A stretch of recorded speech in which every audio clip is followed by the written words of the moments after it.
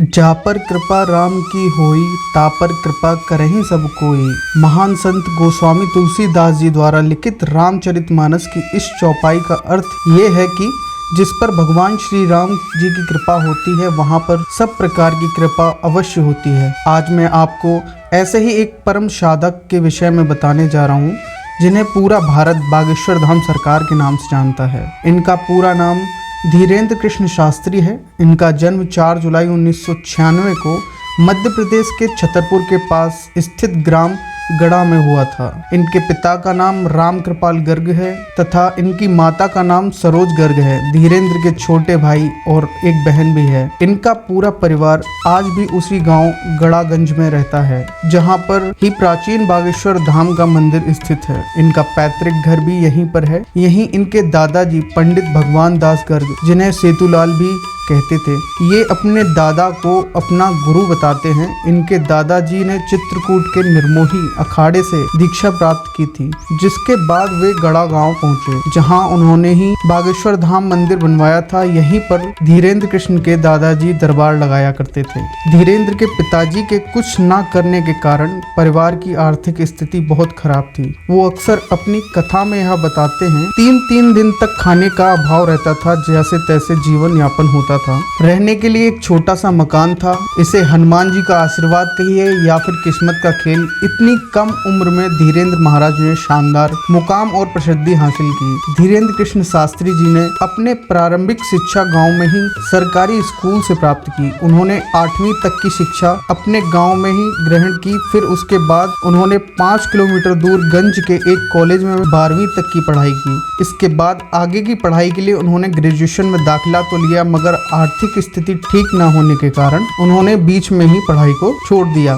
धीरेन्द्र अपने परिवार के सबसे बड़े लड़के हैं, जिस कारण परिवार का भरण पोषण भी इन्हीं को करना होता था, जिसके चलते यह लोगों के घर में जा जाकर दान दक्षिणा मांगा करते थे। साथ ही कथा व पूजा करके घर का भरण पोषण करते थे। बागेश्वर सरकार धीरेन्द्र कृष्ण शास्त्री के एक परम मित्र भी हैं, जिनका नाम शेख मुबारक है, जिन्होंने उनकी गरीबी में उनका साथ दिया। उनकी यह मित्रता आज भी कायम है, जिसकी चर्चा आज भी बागेश्वर धाम सरकार के विभिन्न मंचों से सुनने को मिलती है।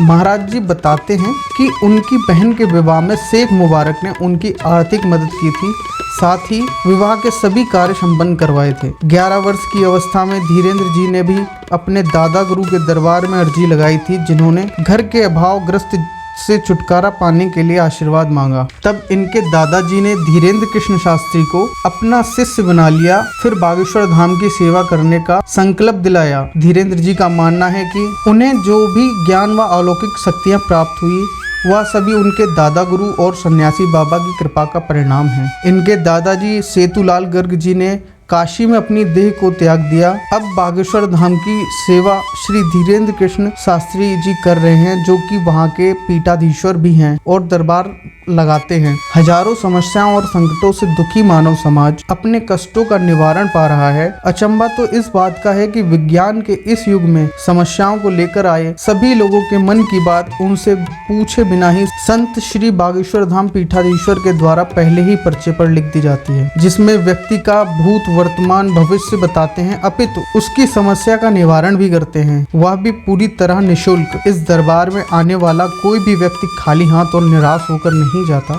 यहाँ पर अपने देश से ही नहीं बल्कि विदेशों से भी श्रद्धालु समस्याओं को लेकर आते हैं, जहाँ उनकी समस्या का समाधान 100% होता है। इस बात की जांच पड़ताल बड़े बड़े मीडिया चैनल व धर्म के न मानने वालों ने की, मगर अंत में सभी को बागेश्वर धाम में होने वाले चमत्कारों के आगे नतमस्तक होना पड़ा। दोस्तों, धीरेन्द्र कृष्ण शास्त्री जगत गुरु रामभद्राचार्य जी महाराज को अपना गुरु बताते हैं। धीरेन्द्र कृष्ण शास्त्री राम कथा सुनाते हैं। जहाँ भी इनकी कथा होती है वहाँ लाखों की संख्या में श्रद्धालु पहुँचते हैं, जिसमें कथा के उपरांत मंगलवार और शनिवार के दिन वहीं पर दिव्य दरबार भी लगता है। दोस्तों, धीरेन्द्र कृष्ण शास्त्री बागेश्वर धाम सरकार के विषय में आपको जो जानकारी दी, अगर आपको अच्छी लगी हो तो प्लीज़ वीडियो को लाइक करें, चैनल को सब्सक्राइब करें, बेल आइकन का बटन दबाना ना भूलें। धन्यवाद।